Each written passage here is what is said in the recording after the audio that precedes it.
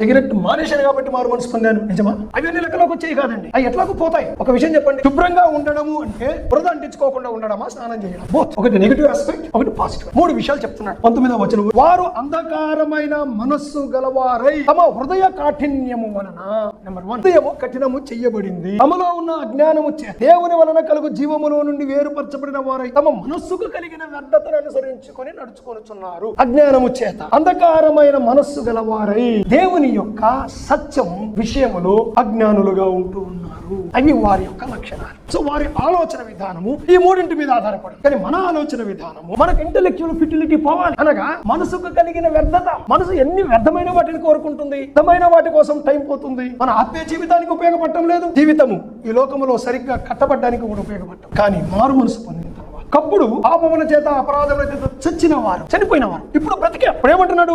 Remove your old grave cloth.